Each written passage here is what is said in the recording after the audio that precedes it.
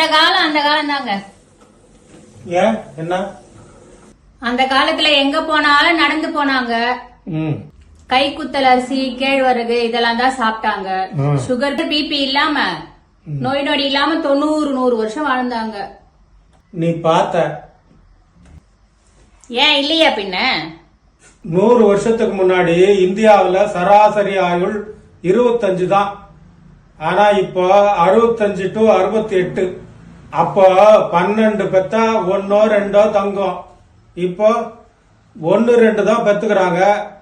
ஆனா இந்தியாவுடைய மக்கள் தொகை எவ்வளவு ஆச்சு? காரணம் நவீன மருத்துவ முறை தான். சோசியல் மீடியா தான் அந்த காலம்னு கதை விடுறாங்கல்ல.